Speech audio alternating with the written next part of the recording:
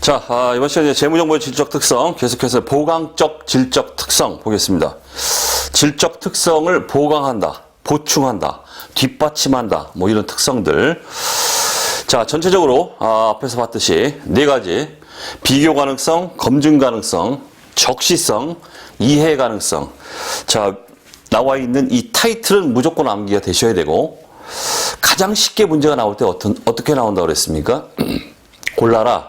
다음 중 보강적 질적 특성이 아닌 것은 하고서 그 네 개 중에서 하나 빼고, 네 개 중에서 목적 적합성이나 뭐나 해서 구성 항목, 요걸 가지고 문제를 구성하는 경우도 있어요.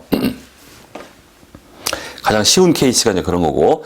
자, 비교 가능성을 먼저 보겠습니다. 말 그대로 비교 가능해야 된다, 그런 얘기인데, 쭉쭉 한번 읽어줄 수밖에 없습니다. 저도 어떨 도리가 없어요. 이거는 읽어드리면서 맥만 짚어드릴 거니까 좀 체크를 좀 해주시고.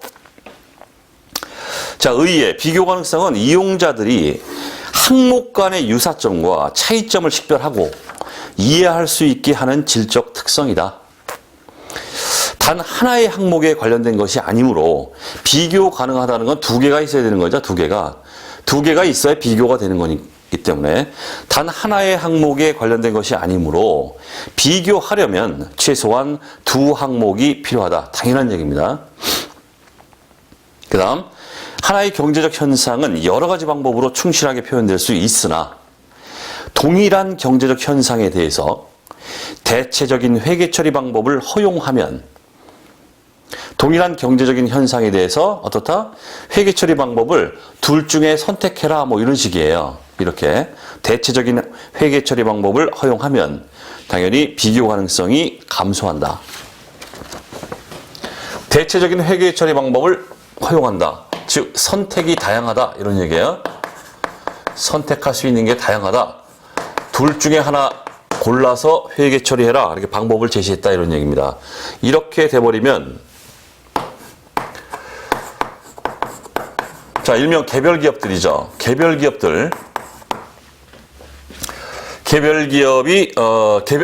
기업마다 어떻습니까? 다른 선택을 할 수 있어요.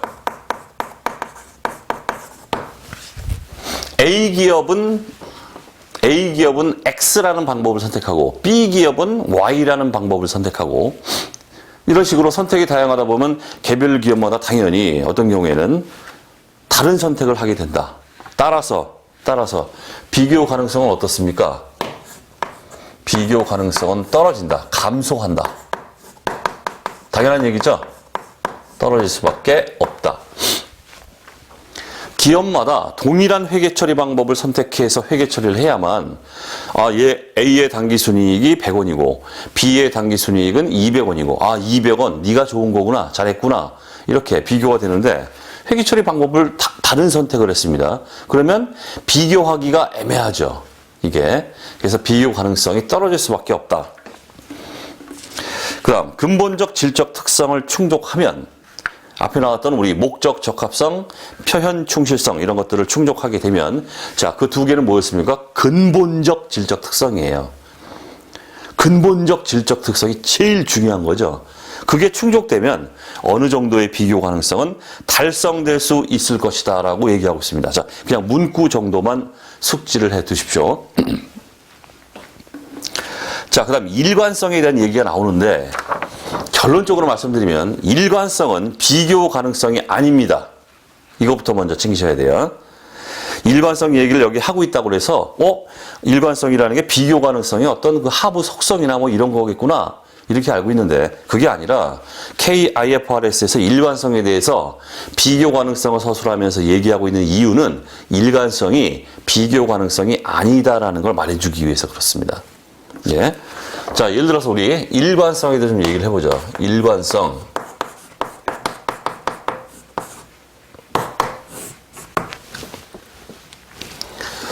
자, 일관성은 두 개로 구성돼요. 계속성이라는 것과 통일성.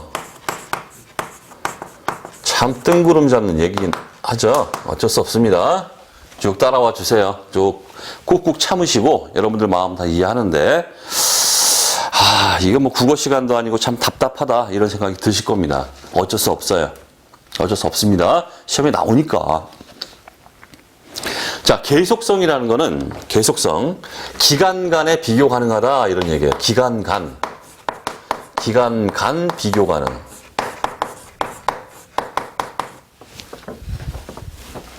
자, 회사 내에서 한 기업 내에서 제1기와 2기가 있어요. 올해와 작년 이런 식으로 1기와 2기가 있다. 그 1기와 2기를 비교 가능하다 이럴 때 계속성이다 이런 말을 써요. 자, 그러기 위해서는 이런 기간 간 1기와 2기를 비교할 수 있다. 이렇게 하게 되려면은 그 기업이 어떻게 처리가 돼야 됩니까? 기간 간에 똑같은 1기, 2기 모든 기간에 동일한 회계 처리가 들어가야 돼요. 동일한 회계 처리. 당연한 얘기입니다. 1기에는 똑같은 현상에 대해서 A라는 처리를 하고 B에 대해서는 2기에 대해서는 다른 처리를 하고 이렇게 하게 되면은 기간 간에 비교할 수가 없습니다. 그래서 계속성이라고 하는 건 결국 전제 조건은 동일한 한 기업이 동일한 회계 처리를 했다. 이럴 경우에 기간 간 비교 가능하다. 이 속성을 우리가 계속성이다 이렇게 말해요. 그 다음 통일성은 기업 간입니다. 기업 간 비교 가능하다. A기업, B기업이 있는데 A기업 순이익과 B기업 순이익을 갖다 우리가 비교할 수 있다. 이 얘기는 여기도 전제 조건이 깔려 있죠. 뭐 똑같은 얘기긴 하지만 두 기업을 우리가 비교할 수 있다. 자, 얘기는 회계 처리 방법이죠.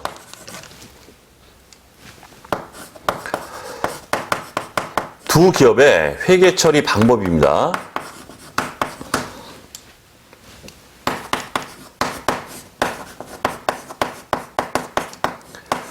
두 기업의 회계 처리 방법을 기업 간에 서로 일치시켜 버리면은 A기업과 B기업이 동일한 회계 처리 방법을 어떤 현상에 대해서 동일한 회계 처리 방법을 사용했다, 적용했다. 이럴 경우에 우리 기업 간의 비교 가능하다.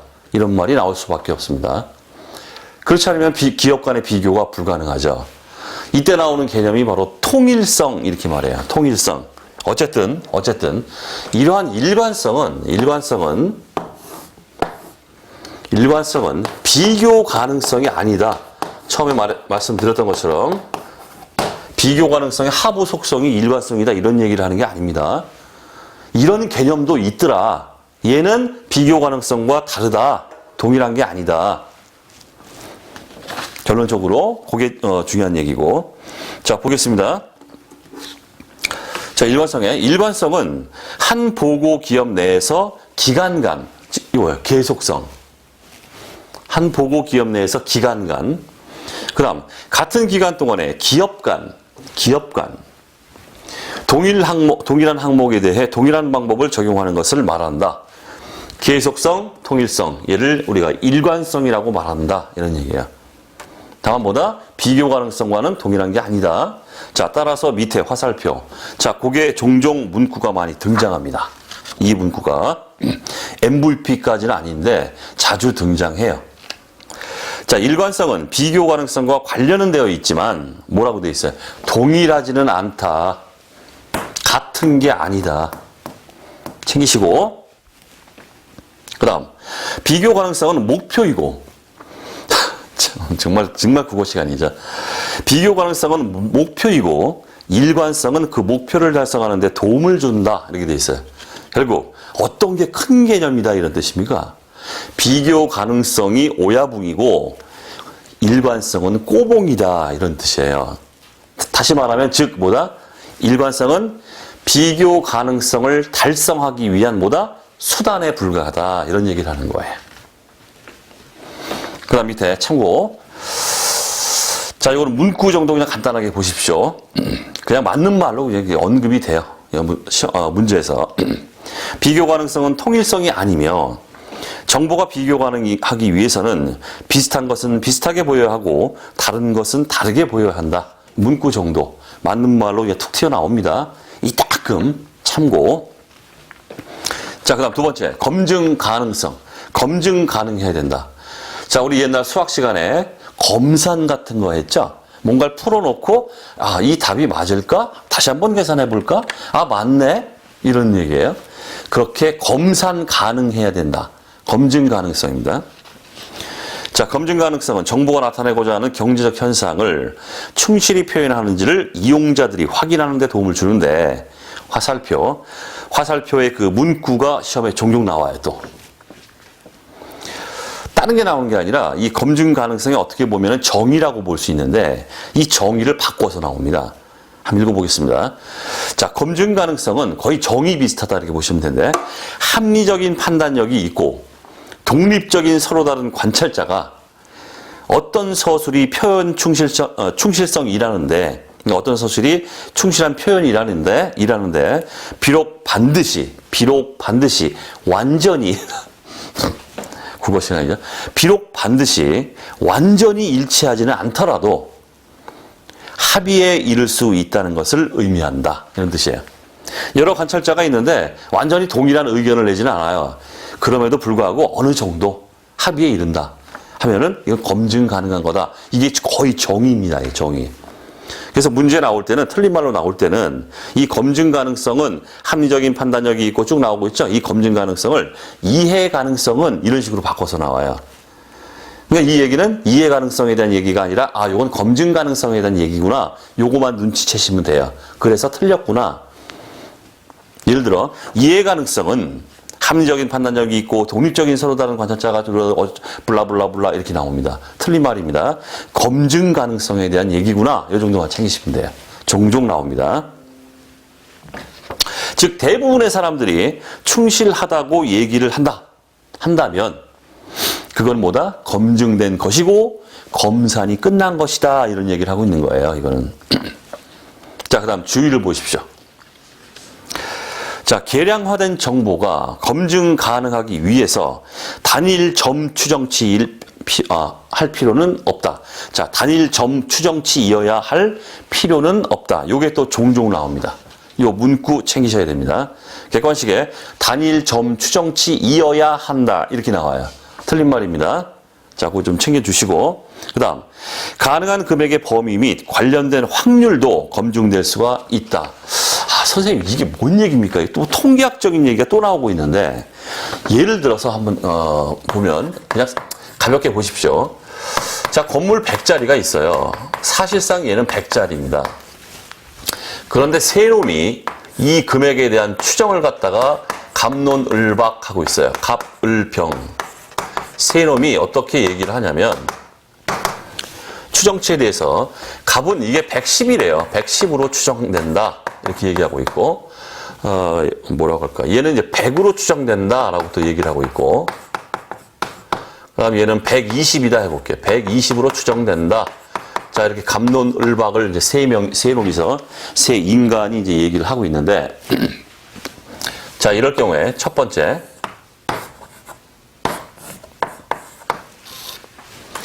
자, 단일 점 추정치다. 이런 얘기는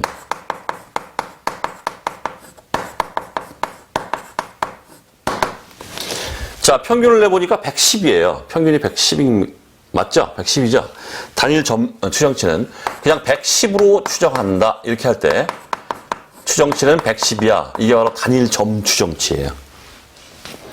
자, 이런 단일 점 추정치 추정을 했는데 이게 충실한 표현을 하고 있습니까? 금액이 얼마입니까? 100원짜리예요.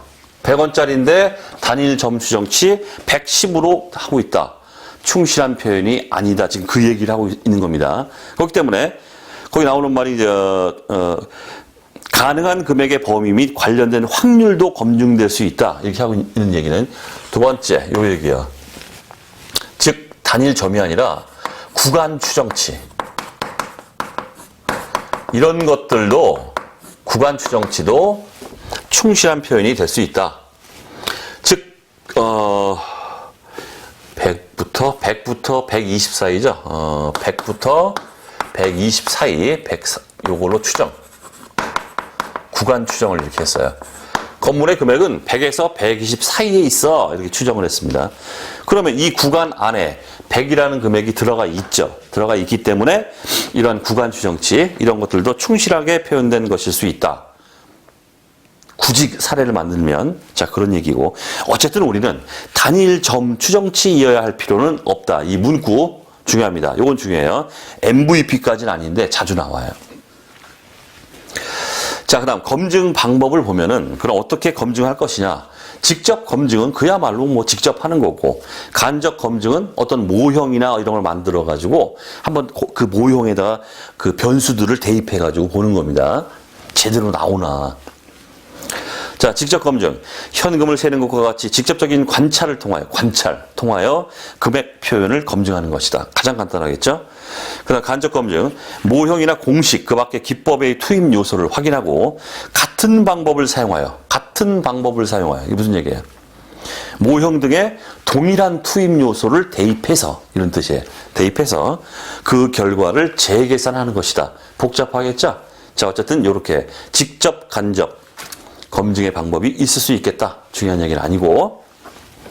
자, 그 다음 적시성. 말 다 나왔습니다. 어떤 정보는 필요한 사람이 언제 생길지 모르겠죠. 정보에 대해서 목말라하는 우리 정보 이용자들이 너무나 많아요. 그런 사람들을 위해서 1년에 한 번 연차 재무 보고 1년 동안 기다렸다가 한 번 재무제표 1년 연말에 나옵니다. 못 견뎌요. 빨리 보고 싶어요. 당장 지금 1월 달부터 3월 달까지 뭐 분기별 재무제표 이런 식으로 해서 빨리 보고 싶습니다. 정보에 목마르니까 연말까지 못 기다리는 거예요. 뭐 답답한 거죠. 이럴 때 이 얘기가 나옵니다. 적시성. 정보라는 건 어떻다? 목마른 사람들이 많기 때문에 적시에 제공이 돼야 된다. 따라서 연차 재무제표보다는 분기별 재무제표나 반기 재무제표, 6개월 단위로 반기 재무제표 얘기가 나왔다. 그러면 이거는 적시성과 관련된 얘기입니다. 적시성.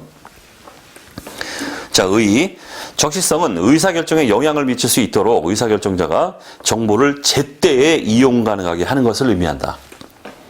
그 다음 유용성 감소 나오고 있죠. 이 부분 전체 MVP.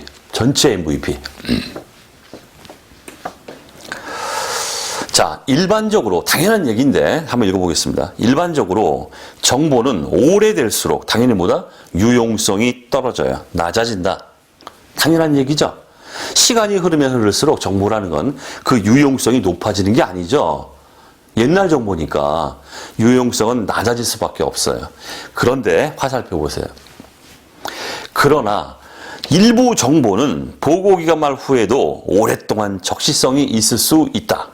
왜냐하면 일부 정보 이용자는 보고기간 말 후에도 추세를 식별하고 평가할 필요가 있을 수 있기 때문에 이런 일이 발생할 수 있더라. 이런 얘기야. 무조건 유용성은 떨어진다 이러면 틀립니다. 이런 식으로 해서 보고기간 말 이후에도 정보 이용자들은 추세 판별이나 어떤 걸 위해서 그 정보를 끌고 간다고요. 그렇기 때문에 항상 그런 건 아니라는 뜻입니다. 일부 정보는 보고기간 말 후에도 오랫동안 적시성이 있을 수 있다.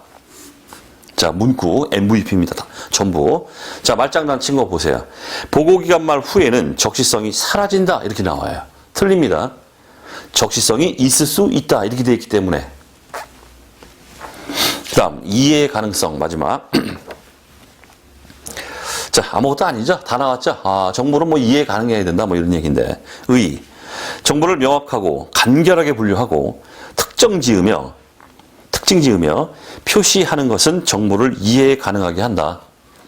자, 일부 현상은 본질적으로 복잡하여 이해하기 쉽지가 않은데 그러다 보니까 그 현상에 대한 정보를 재무보고에서 제외하면 더 이해하기 쉽겠죠. 복잡한 걸 제외해버리니까. 제외하면 그 재무보고서의 정보를 더 이해하기 쉽게 할 수 있습니다. 그러나 제외를 시켜버렸어요. 복잡하니까. 그러나 그 보고서는 제외를 시키다 보니까 그 보고서는 불완전해져요. 제외시켜버려가지고. 불완전하여 잠재적으로 오도할 수 있다. 따라서 여기 함축된 의미가 뭡니까? 제외시키면 안 된다. 이런 뜻이에요. 그럼 대상을 보시면 자, 재무보고서는 사업활동과 경제활동에 대해 합리적인 지식이 있고 부지런하단 말이 나오네요. 부지런히 정보를 검토하고 분석하는 이용자들을 위해 작성된다. 작성 대상이 어떤 사람이에요? 합리적인 지식이 있고 아주 그냥 빨빨거리면서 부지런히 정보에 목말라서 검토하려고 하는, 이런 분석하려고 하는 이런 이용자들을 위해서 작성이 된다. 자, 이 문구 중요합니다. MVP까지는 아닌데 이 대상이죠. 이해가능성 관련돼서 이 대상이 합리적 지식이 있고 부지런하고 요 얘기죠. 요 키워드 요게 종종 시험에 나옵니다. 자, 그 다음 적용을 보겠습니다. 적용. 보강적 질적 특성을 어떻게 적용하느냐. 결론. 네 마음대로 해라. 이런 뜻이에요. 네 마음대로 해라. 자, 보강적 질적 특성은 가능한 당연히보다 극대화돼야겠죠. 아무리 보충적이고 뒷받침해주고 보강해주는 질적 특성이라 하더라도 당연히 뭡니까? 극대화가 되는 게 좋겠죠. 적은 것보다는 큰 게 좋다 이런 뜻이에요. 당연히 극대화되어야 한다. 그러나 보강적 질적 특성은 정보가 목적 적합하지 않거나 나타내고자 하는 바를 충실하게 표현하지 않으면 앞에 뭡니까? 근본적 질적 특성의 전제 조건을 깨트려버리면 이런 뜻이에요. 그렇게 하게 되면 어떻다? 당연히 개별적으로나 집단적으로든 그 정보를 유용하게 할 수 없다. 따라서 정보라는 건 전제 조건이 뭐란 뜻입니까? 근본적 질적 특성이 깔려 있어야 된다. 이런 얘기예요. 근본적 질적 특성이 깔린 상태에서 보강적 얘기를 해야 된다. 근본적 질적 특성, 목적 적합성, 표현 충실성이죠. 둘 중에 하나 충족이 돼야 된다. 이런데 일단은 전제 조건이. 자, 개별적으로든 집단적으로든 그 정보를 유용하게 할 수 없다. 이 문구 중요합니다. 자주 나와요.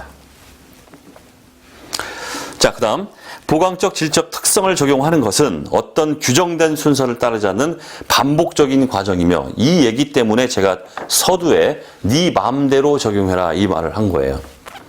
어떤 규정된 순서를 따르지 않는 반복적인 과정이다. 자, 비교를 한번 해보겠습니다. 자, 앞에서 봤던 우리 근본적 질적 특성 있었죠. 질적 특성. 두 개가 적용에 있어서 뭐 중요한 얘기는 아닙니다, 이건.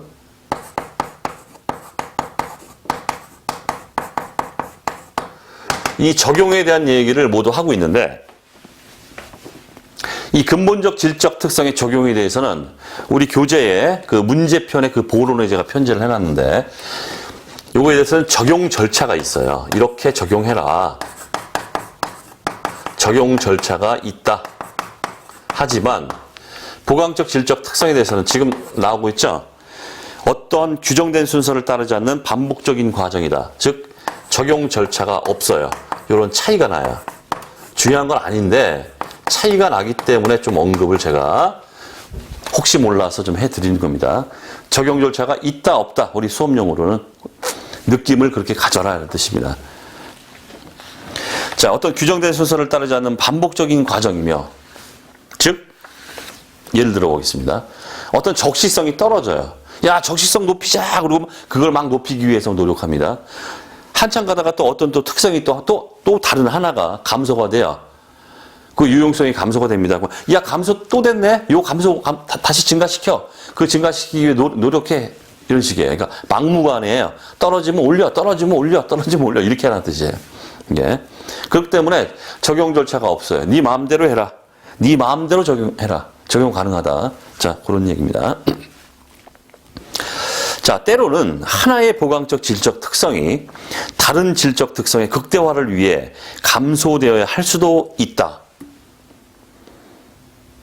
정보의 어떤 속성들이 지금 쭉 보고 있는데 하나를 높이기 위해서 하나는 떨어뜨려야 되는 상황도 있을 수 있고 그렇겠죠? 예를 들어 보겠습니다. 자, 우리가 새로운 어떤 회계 처리 방법이죠. 필요에 의해서 어떤 새로운 회계 처리 방법을 적용하기로 했다. 하게 되면은 위에서 봤듯이 어떻습니까? 새로운 회계 처리 방법을 적용하면 어때요? 비교 가능성은 떨어져요. 하지만 그 새로운 회계 처리 방법이 굉장히 좋아요. 걔를 적용해야만 될 합리성이 있기 때문에 적용하는 겁니다. 그렇기 때문에 우리 근본적 질적 특성에 목적 적합성이라는 건 올라가요. 그러니까 하나는 올라가고 하나는 떨어지고 이런 식으로. 그래서 다른 질적 특성의 극대화를 위해서 우리 제가 말씀드린 거에서는 목적 적합성이라는 걸 올리기 위해서 비교 가능성이라는 게 감소되죠. 다른 질적 특성의 극대화를 위해 감소되어야 할 수도 있다. 이런 문구 나올 수 있습니다. 자, 그리고 보시면 되겠고. 자, 그다음 원가 제약에 대해서는 뭐 앞에 봤죠. 우리 원가 제약. 정보를 생산하는 데 있어서 어떤 일이 있어도 포괄적 제약 요인이죠. 효익이 원가보다는 커야 돼요. 그래서 앞에서 말씀드렸습니다. 10억 투입해가지고 효익이 뭐 1원이다 이러면 정보를 생산할 필요가 없겠죠. 자, 원가는 재무 보고로 제공될 수 있는 정보에 대한 포괄적인 제약 요인이다. 다 말씀드렸고, 자, 재무정보의 보고에는 원가가 소요되고 정보 보고의 효익이 그 원가를 정당화한다는 것이 중요하다. 효익이 더 커야 된다. 이런 얘기고. 자, 모든 이용자가 목적 적합하다고 보는 모든 정보를 일반 목적 재무보고서에서 제공은 가능하지 않다. 이렇게 되어 있습니다. 당연하죠? 어떻게 모든 정보를 다 제공합니까, 이게? 자, 이렇게 해서 보강적 질적 특성은 여기까지 보시면 되겠습니다. 자, 이번 시간 강의를 마치도록 하겠습니다.